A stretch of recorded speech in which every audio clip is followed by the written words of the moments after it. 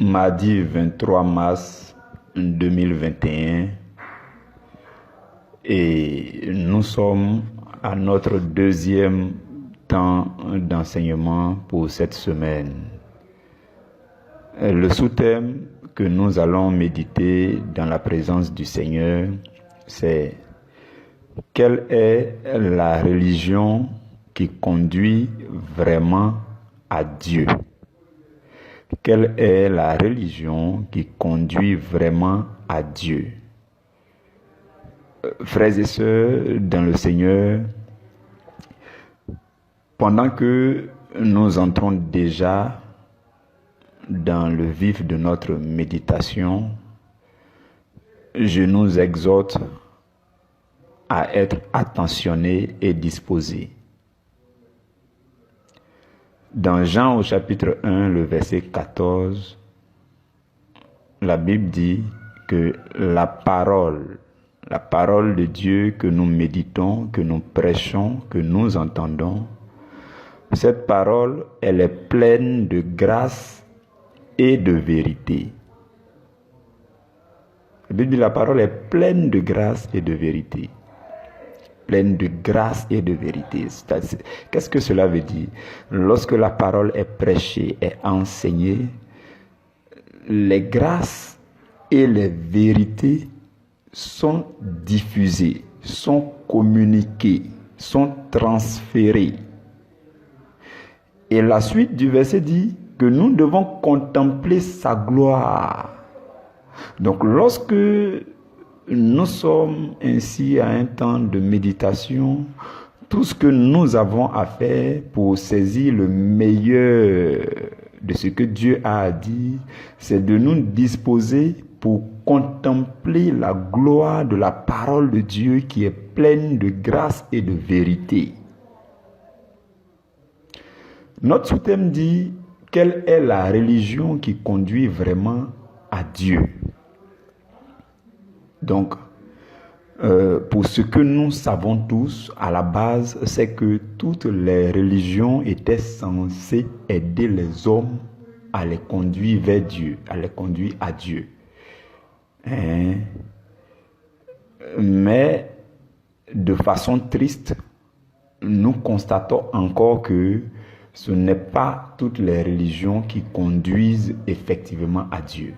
Non. Et c'est ce que nous allons voir aujourd'hui. Le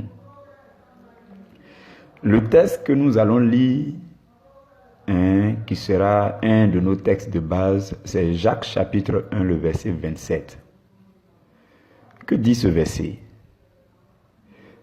Le verset dit, « La religion pure et sans tache devant Dieu notre Père consiste à visiter les orphelins et les veuves dans leurs afflictions et à se préserver des souillures du monde. » On va juste s'appuyer sur ce verset. Pourquoi est-ce que la religion pure et sans tache devant Dieu recommande de rendre visite aux orphelins et aux veuves?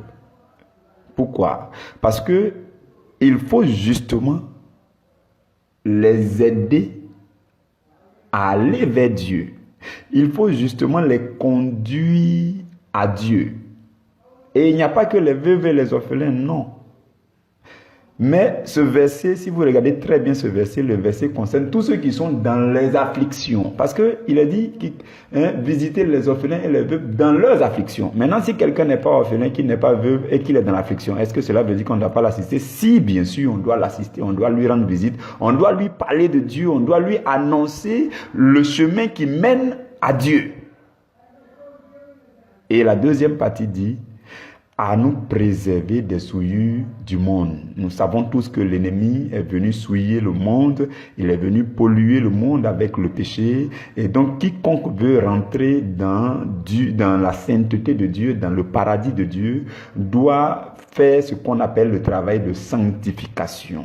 Et c'est le Saint-Esprit qui nous aide à y arriver.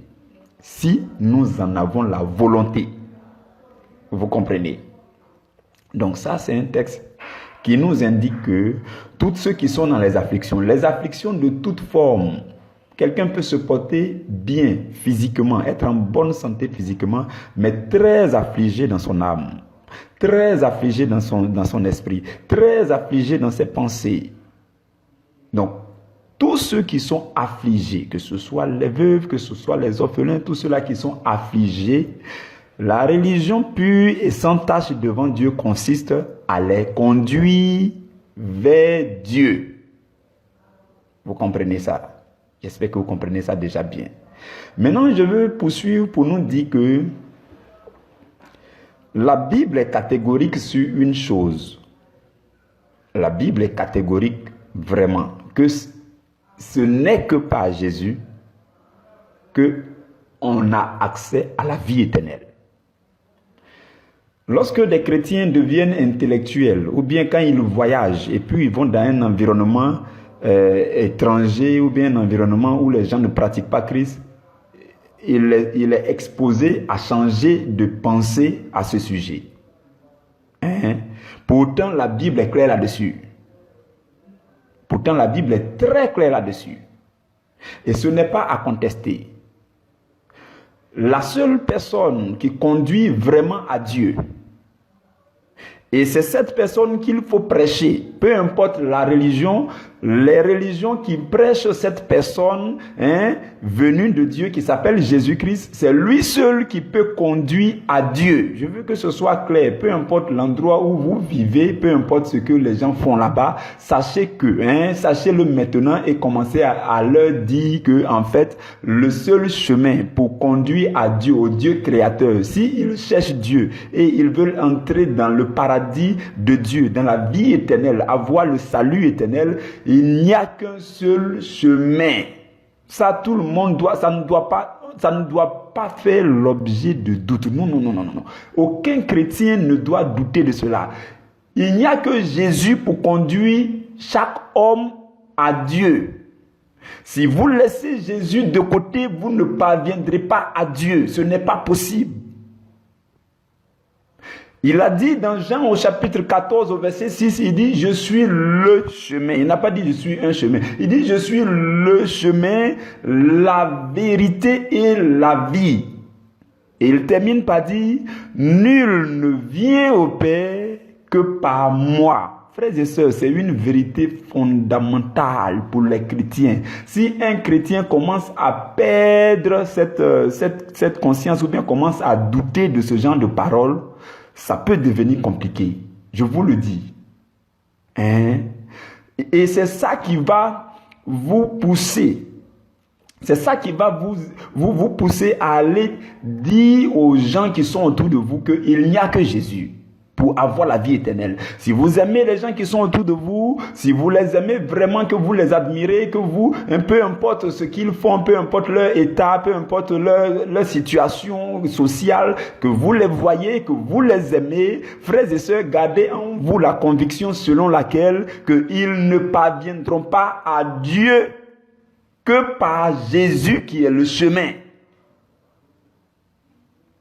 Ça doit être clair pour tous les chrétiens. C'est clair, c'est catégorique, la Bible l'a dit, Jésus a dit, il l'a dit formellement. Dans 1 Jean au chapitre 5, le verset 12, l'apôtre Jean revient dessus, il dit, celui qui a le Fils a la vie. Celui qui n'a pas le Fils de Dieu n'a pas la vie. Celui qui n'a pas le Fils de Dieu n'a pas la vie. Celui qui n'a pas Jésus, qui n'a pas accepté Jésus, ne peut pas aller dans la vie de Dieu, dans le paradis, il ne peut pas. Je suis en train de juste nous dire les vérités bibliques qui concernent la religion qui conduit vraiment à Dieu. La religion qui prêche Jésus, toute religion qui prêche Jésus, ce sont ces religions qui conduisent à Dieu, qui conduisent vraiment à Dieu. Dans Actes au chapitre 4, le verset 12, la Bible dit qu'il n'y a de salut en aucun autre. Car il n'y a sous le ciel aucun autre nom qui ait été donné parmi les hommes par lequel nous devions être sauvés. Il n'y a que le nom de Jésus. Ce n'est que par le nom de Jésus qu'on peut avoir le salut et la vie éternelle. Cette vie agréable et magnifique. Cette vie magnifique avec Dieu, cette communion excellente avec l'Esprit de Dieu qui commence sur la terre jusque dans le paradis céleste. Cela ne commence que par Jésus. Et cela se poursuit avec Jésus. Et cela se termine chez Jésus. Donc, nous tous, on doit avoir cette conviction. Le chrétien qui commence à douter de cela ne peut plus évangéliser. Le chrétien qui commence à douter de cela, il devient faible quand il s'agit d'évangéliser. Il devient faible quand il s'agit de dire que Jésus est le chemin, la vérité, la vie. Lui-même, il a envie de déchirer cette partie de la Bible. Pourtant, c'est dans la Bible. Peu importe la beauté de vos amis païens, peu importe leur situation, peu importe leur taille, peu importe leur finance, peu importe leur hauteur, gardez en vous la conviction selon laquelle que le salut n'est possible qu'en Jésus. Si vous perdez cette conscience, si vous perdez cette conviction, automatiquement vous serez faible pour attirer les gens à la lumière, pour conduire les gens vers Dieu. Vous ne pourrez pas le faire, vous ne pouvez pas évangéliser si vous perdez cette conscience. Si vous doutez de cela un instant, ça devient compliqué. C'est en cela que le chrétien doit porter ce qu'on appelle le casque du salut. Le casque du salut doit rester autour de toute votre conscience, toute votre connaissance, pour que vous ne perdiez pas la conscience que le salut est seulement en Jésus. Le salut éternel n'est que en Jésus. Il faut que ce soit clair. Frères et sœurs, ça doit être clair, très clair pour tout le monde. La Bible est vraiment catégorique là-dessus. Et je le dis pourquoi? Je ne le dis pas pour condamner les autres, ou bien pas pour dire que... Non, bon, dans tous les cas, il n'y a personne pour condamner son ami. Mais pour nous inciter, nous qui sommes déjà chrétiens, pour nous encourager à cultiver, ou alors à développer, ou alors à comprendre et à accepter cette pensée. Cette pensée doit être assise en nous, cette pensée doit être enracinée en nous. Sinon, on ne peut pas conduire quelqu'un à Dieu. Et comme vous et moi, nous avons découvert par la grâce de Dieu que le chemin qui mène à Dieu, le seul chemin, le chemin qui est étroit. Jésus a dit le chemin qui mène à la vie, c'est étroit. Et ce chemin-là, c'est Jésus. C'est étroit. C'est étroit. Voilà pourquoi tout le monde n'arrive pas à passer là-bas. Et il dit, large est le chemin qui mène à la perdition. Le chemin étroit, c'est Jésus. Ce chemin-là, il est étroit. Ce n'est pas parce que c'est étroit que ce n'est pas le chemin de la vie. Tu ne peux pas douter de cela. C'est pas parce que c'est étroit que tu dois douter que non, il n'est plus le chemin, non, et bon, et les autres là, bon, ici, ils vont où? Mon frère, je ne sais pas où ils vont partir quand ils vont mourir, mais je te le dis aujourd'hui que la Bible est formelle que le seul chemin qui conduit à la vie, c'est Jésus. Et je ne te dis pas pour que tu aies une pensée, autre chose, d'autres pensées, non. Je le dis dans le but de toi, de faire asseoir ça en toi qui m'entends, pour que cela s'enracine en vous, pour que tu aies cette conviction ferme à l'intérieur de toi et que tu vives là-dedans. C'est ce qui va faire que tu seras motivé à conduire les autres à Christ. Vous comprenez? Dans 2 Jean chapitre 1, le verset 7 dit: plusieurs séducteurs sont entrés dans le monde. Suivez-moi très bien. Je vais vous lire deux passages très pertinents. Suivez très bien. Il y a beaucoup de choses qui arrivent dans le monde qui font que les chrétiens deviennent faibles par rapport à leurs convictions, par rapport à leurs croyances, par rapport à leur foi. Faites attention. Il y a certaines choses fondamentales que vous devez pouvoir maintenir, garder en vous. Vous comprenez? Peu importe les endroits où vous passez, là où vous vivez, même quand vous voyagez, ce que vous entendez, ceux avec qui vous travaillez, peu importe tout cela, il y a des choses qui doivent rester fermement en vous. Je suis venu en ce jour pour solidifier ça en vous. Si quelqu'un était en train de douter de ces choses, qui était en train de douter du fait que Jésus est le seul chemin qui mène à Dieu, le seul chemin qui mène à Dieu, c'est ce que je suis venu rafraîchir en nous. Dans 2 Jean chapitre 1, le verset 7, la Bible dit que plusieurs séducteurs sont entrés dans le monde. Et la suite dit, ceux-là ne confessent point Jésus-Christ venu en chair. Ils ne font pas quoi? Ils ne confessent pas Jésus-Christ venu en chair. Et la suite du verset dit, celui qui est tel, c'est le séducteur, c'est lui qui est l'antéchrist.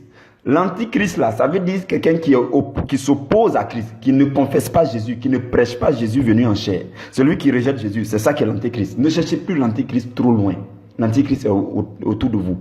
Si vous trouvez quelqu'un qui ne confesse pas Jésus, qui rejette catégoriquement Jésus, il est dans l'affaire de l'antichrist. Tout simplement. Ne cherchez pas loin. La Bible dit qu'il ne confesse pas Jésus qui est venu en chair. Je vais lire un autre passage. 1 Jean chapitre 4, le verset 1. Là-bas, l'apôtre Jean dit, « Bien-aimés, n'ajoutez pas foi à tout esprit, mais éprouvez les esprits pour savoir qu'ils sont de Dieu. Car plusieurs faux prophètes sont venus dans le monde. Reconnaissez à ceci, le verset 2, reconnaissez à ceci l'Esprit de Dieu.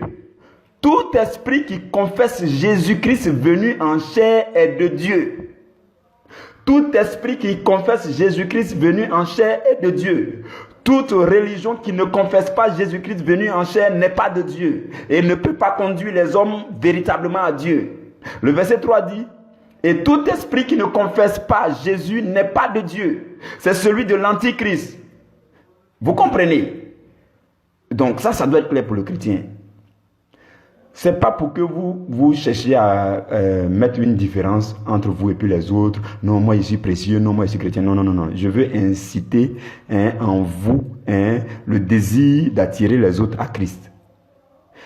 Je veux vous montrer que le chemin que vous avez trouvé est le véritable chemin qui mène à la vie. Et le seul chemin qui mène à la vie, qui conduit véritablement à Dieu.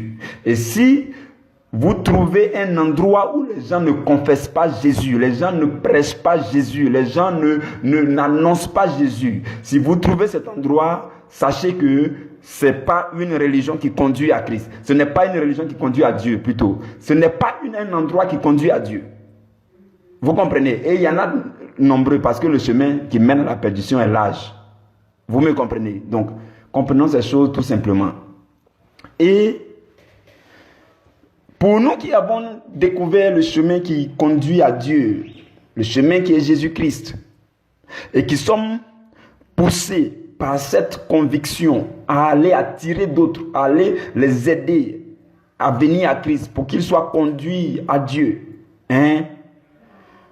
La Bible nous demande de visiter ceux qui sont dans les afflictions. Justement, tous ceux-là qui ne connaissent pas Christ, leurs âmes sont dans les afflictions, leurs âmes sont égarées, leurs âmes sont dans l'affliction. Et nous qui avons découvert le chemin de Jésus, c'est nous maintenant qui sommes chargés de les tirer à Christ. C'est nous qui devons leur rendre visite dans leur affliction qui est l'égarement. Ils sont loin de la lumière. Jésus a dit, je suis la lumière, celui qui vient à moi ne marchera pas dans les ténèbres. Donc celui qui n'est pas venu à Jésus, il continue de marcher dans les ténèbres. Donc nous qui sommes à Jésus, ce que nous avons à faire, c'est de faire briller, resplendir la lumière de Jésus autour de nous pour conduire nos frères et sœurs qui sont dans le monde à Christ. Vous comprenez?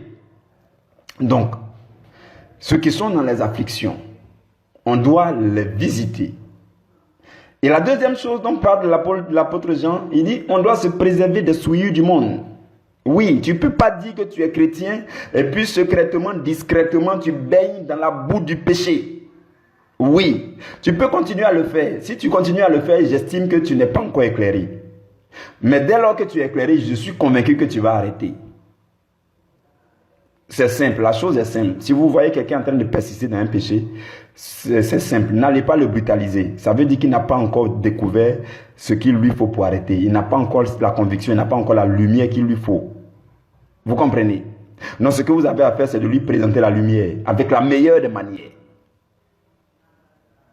Donc, quand nous avons tous cette conscience et que nous avons tous cette connaissance, nous savons qu'on doit assister ceux qui ont l'âme affligée. Leurs âmes sont affligées, leurs âmes sont dans la détresse, leurs âmes sont dans l'égarement. On doit les assister, on doit leur rendre visite. Et nous-mêmes, on doit se préserver des souillures du monde. Nous-mêmes, on doit se préserver des souillures du monde. Qui a écrit ce passage? C'est l'apôtre Jacques. L'apôtre Jacques qui a écrit ça, c'est l'apôtre, le responsable de l'église de Jérusalem, c'est pas l'apôtre, le frère de Jean. Mais la Bible dit que lorsque Paul est retourné vers eux, Jacques, Pierre et Jean, ils ont recommandé à Paul, dans Galates au chapitre 2, le verset 10, ils ont recommandé à Paul de se souvenir des pauvres.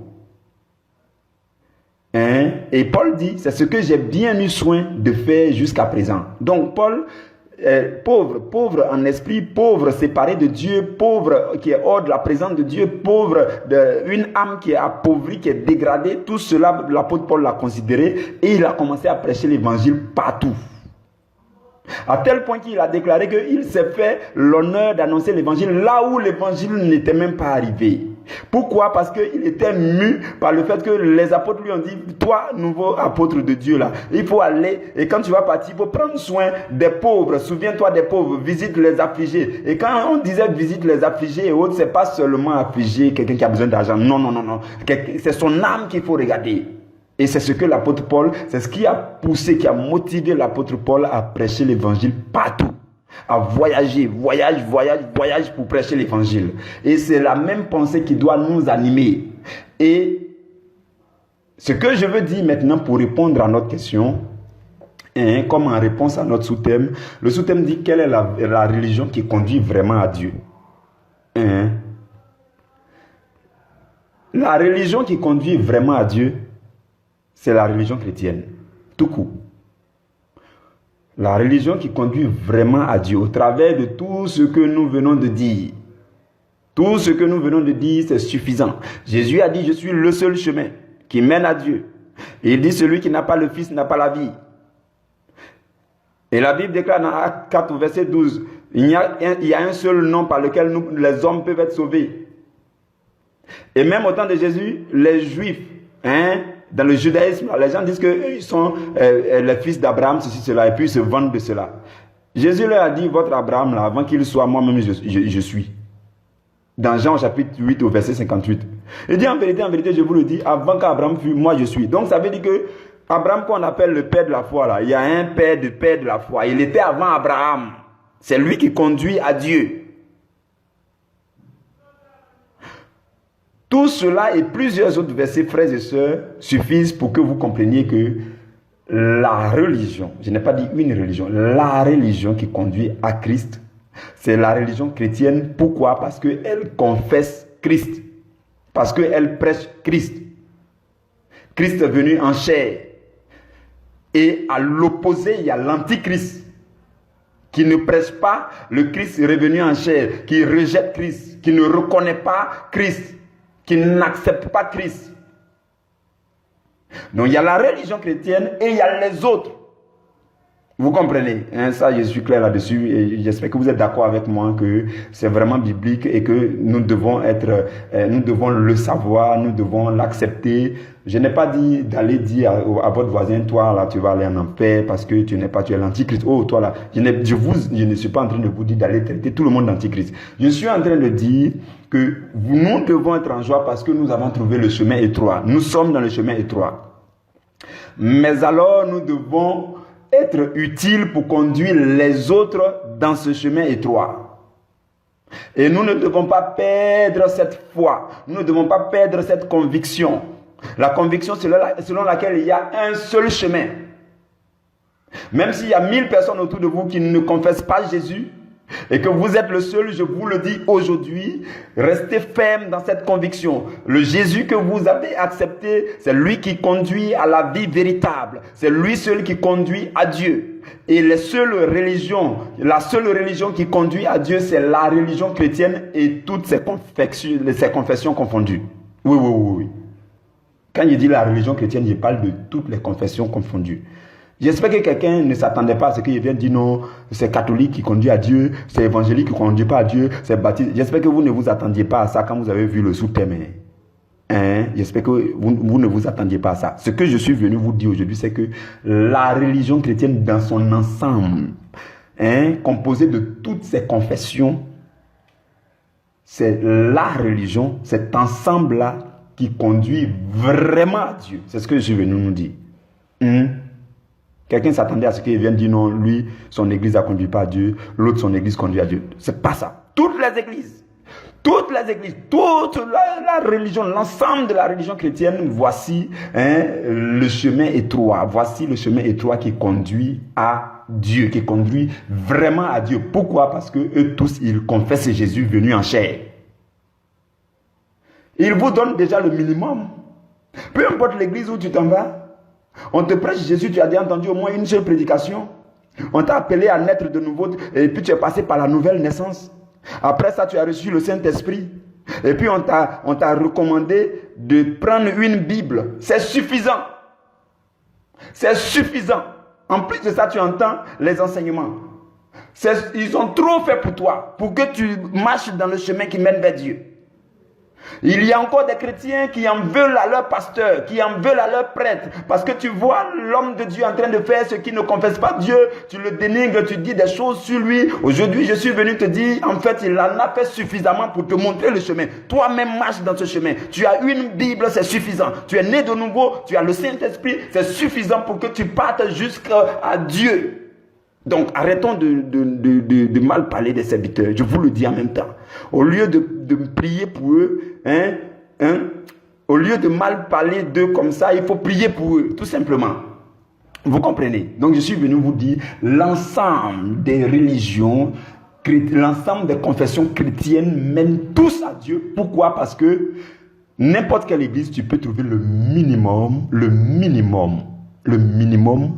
pour entrer dans le chemin. Le minimum pour entrer dans le chemin. N'importe quelle église suffit pour te montrer le chemin, Jésus. Parce que quand tu vas aller le premier jour, on va te prêcher Jésus. Et puis le deuxième jour, on va te dire, bon, on te recommande d'avoir une Bible. Et puis après ça, avant ça, tu es passé par la nouvelle naissance. Tu as reçu le Saint-Esprit dans ton esprit. C'est suffisant. C'est suffisant. On ne va pas venir faire ton éducation spirituelle complète. Non, il faut que tu te réveilles parce que tu es responsable de ta vie aussi. Ce n'est pas ton pasteur qui est responsable de ta vie. Ce n'est pas le prêtre, le bishop, l'archevêque, l'évêque qui est le responsable de ta vie. Non, il t'a donné le minimum. Tu rentres dans le chemin que Jésus il t'a indiqué le chemin. Tu rentres par là et ce chemin va te conduire à Dieu. La religion qui conduit à Dieu, la seule religion qui conduit à Dieu, c'est la religion chrétienne. Et je veux parler de toutes les confessions confondues. Parce que tu as quand même le discernement. Quand tu commences à lire la Bible, tu t'accroches à la Bible, tu as le Saint-Esprit, et puis tu écoutes de temps en temps les enseignements. Tu as quand même le discernement. Le jour où quelqu'un te mène en enfer, tu sais que c'est en enfer. Donc, tout ce que tu as fait, ce n'est pas de le critiquer, de le blâmer, ou bien de médire de lui, ou bien de le calomnier. Non, c'est de te recadrer dans le chemin. Parce qu'il t'a montré le chemin. C'est comme quelqu'un vous dit, bon, viens, on va aller au marché. Et puis il te dit, voici le chemin du marché. Mais on va aller ensemble. Maintenant, arrivé au milieu de la route, lui, il prend à gauche. Toi, si tu voulais aller au marché, tu vas continuer ton chemin. Si tu voulais, je dis si tu voulais aller au marché, si tu savais que tu sais que le marché c'est ta destination et que tu veux aller à Dieu, même si ton pasteur tourne à gauche, tu vas aller tout droit. Et tu as le discernement. Ce que je dis, c'est que tu as le discernement. Dès lors que tu as la Bible, que tu lis la Bible chaque jour, tu as le discernement pour savoir qu'il faut continuer à chercher Jésus. Il faut continuer à chercher Jésus. C'est pas parce que les autres ne cherchent plus Jésus que je ne vais arrêter. C'est pas parce que quelqu'un a chuté que je vais arrêter. Ce n'est pas parce que le pasteur a fait ceci que je vais arrêter. Je me tais à son sujet et je continue mon chemin qui est sur Jésus. Le chemin de Jésus, je continue dessus parce que ce chemin-là, j'ai la conviction selon la Bible. Ce n'est plus selon l'homme de Dieu, mais c'est selon la Bible que j'ai la conviction que ce chemin me mène à la vie. Ce chemin me conduit à Dieu. Donc je reste sur le chemin et je me tais au sujet des serviteurs. Bon, je ne suis pas en train de dire aussi, s'il y a un serviteur de Dieu qui m'entend, je ne suis pas en train d'encourager un serviteur à sombrer dans l'égarement. Non. À sombrer dans l'égarement volontaire où il pratique, il baigne lui-même, il nage dans la boue du péché. S'il y a un serviteur de Dieu qui m'entend, c'est pas ce que je suis en train de dire aussi. Mais ce que je dis à l'ensemble du peuple de Dieu, c'est que ce n'est pas parce que quelqu'un a tourné à gauche que vous allez tourner avec lui à gauche. Parce que vous avez le discernement, vous lisez la Bible, vous avez le Saint-Esprit, vous avez l'intelligence de Dieu pour savoir qu'il faut continuer tout droit. Parce que ce chemin de Jésus-là, c'est sur ce chemin que tout le monde doit marcher. Et ce chemin nous conduit à la vie. En Samarie, quand la femme samaritaine est partie dire aux Samaritains, venez, j'ai trouvé celui qui est le Messie. Quand ils sont venus, après la Bible dit quoi? La Bible dit que tous ceux qui ont cru en Jésus ont dit non à la femme là, c'est pas parce que tu nous as dit seulement que c'est lui le chemin. Mais nous-mêmes, on a entendu, nous-mêmes, on sait, nous-mêmes, on est convaincus que c'est lui le chemin. Donc, même si la femme, je vous pose une question, si la femme samaritaine qui a été la première personne à annoncer l'évangile à Samarie, à envoyer les Samaritains à Christ, si cette femme-là, il arrivait qu'elle s'égare, est-ce que ça veut dire que tous les Samaritains doivent la suivre? Non, eux, ils ont déjà trouvé Jésus.